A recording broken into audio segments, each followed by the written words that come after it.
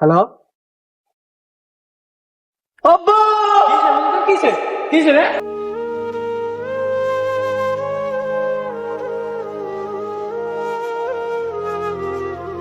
আব্বা কি আনার কথা কান জিজ্ঞাই কি কথা জিজ্ঞা আনার বয়স কত হইব আব্বার বয়স তো মনে কর বেশি নয়, এই 15 থেকে 16 বছর হইবে। ব্যাগটা আমি আর কি আয়নি আর কি মোড়া আসেনি তা বাকি আর কি মোড়ে আসেন হাসা কথা কোন আনার বয়স কত কিনলে তোরা তো জরুরি। কোন আব্বা দরকার আছে কোন হাসা করি কোন আব্বার মনে কর এই 55 বছর হইব বয়স। আপনি কি জানেন নি আর বয়স কত তোর বয়স তুই আর হলাই, তোর বয়স জানি না কার বয়স জানো, তোর 15 বছর চলে। আব্বা আপনি কি হিসাব করছেন নি আমরা 40 বছরের বড় আরে ওই আব্বা পড়ালেখা করি চাকরি বাকরি হাইতে দেরি হয়ে গেছে, প্রতিষ্ঠিত হয়েছে মেলা দেরি হই, এই কারণে বিয়ে করতে পারি না সময় মতো।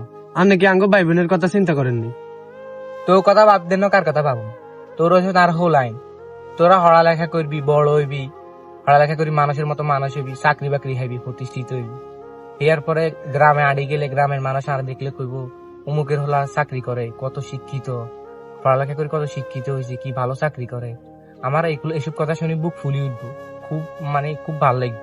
ওইসব আবেগ আমি প্রকাশ করতাম পারতাম না, এমন অবস্থা হইব।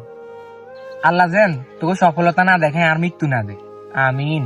আর মনে হয় না আপনার সফলতা চাই যাইতে নেবেন তুই কি করছিস? তুই কি চাস আমি মরি যাই? নাই ন আমনে চান আমনে মরে যাইতেন আম করে মাঝ রাস্তা থালাই তুই কি বলছিস এসব?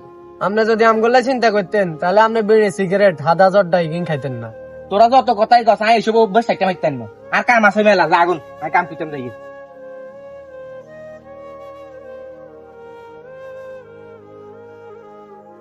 তো বন্ধু তোর আর কি অবস্থা এই তো মোটামুটি চলে। আমাকে আবার ফোন দিস হ্যালো কিসে কিসে রে?